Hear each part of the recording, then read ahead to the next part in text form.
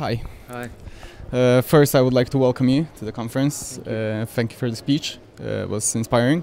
And since I noticed that your speech was a little bit different than other speakers, I'm going to ask you two of the same questions that I asked before, because I want to see the difference. So the first one is, do you love your smartphone? What is your relationship with your smartphone? I would tell you to ask my wife, and she would say yes, and I should love it a little bit less. It's with me all the time, and not only me, I think I mentioned this briefly up there, I have a 2.5-year-old. My smartphone is her device of choice.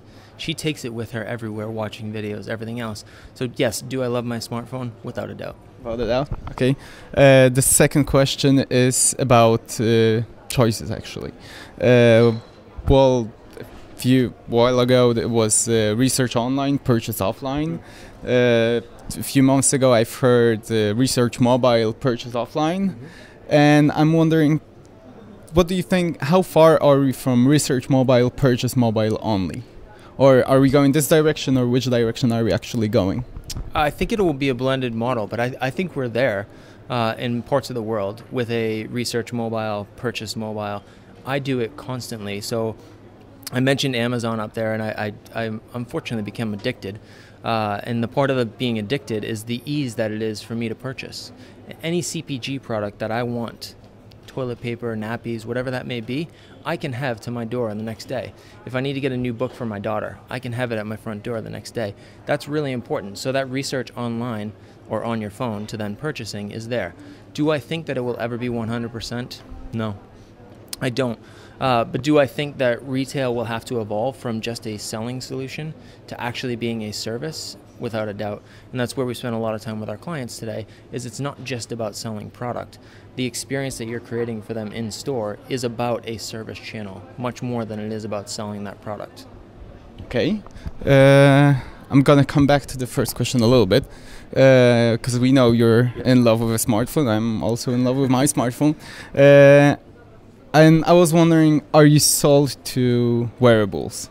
You're sold to your smartphone. Are you sold to wearables? What do you think about them? Future or no future? I definitely think there's a future in wearables. Do I think that it has achieved mass audience? No. Do I think that everyone will wear it? Not necessarily. I would give it another 5 or 10 years. And the reason is, even with the Apple Watch, as cool as it is as a device and does some really amazing things, it's still tethered to your phone. And so for me, as much as I think there is a fun experience there, I don't know that I necessarily need it today.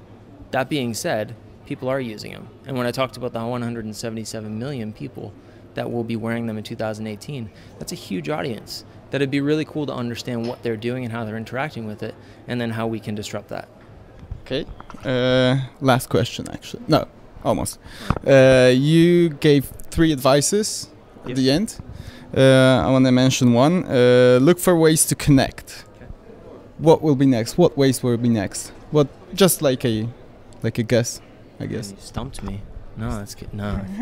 I talked about it before, and I actually think when we think about being human and getting back to being human, and I talked about the consumer first approach up there, and I said that because technology enables us to do things, but it's actually gotten in the way. And I joked about my wife, but it actually gets in the way because you're having a conversation and you feel obligated to go and check your phone. What I think will happen is actually that technology will start to fade to the background.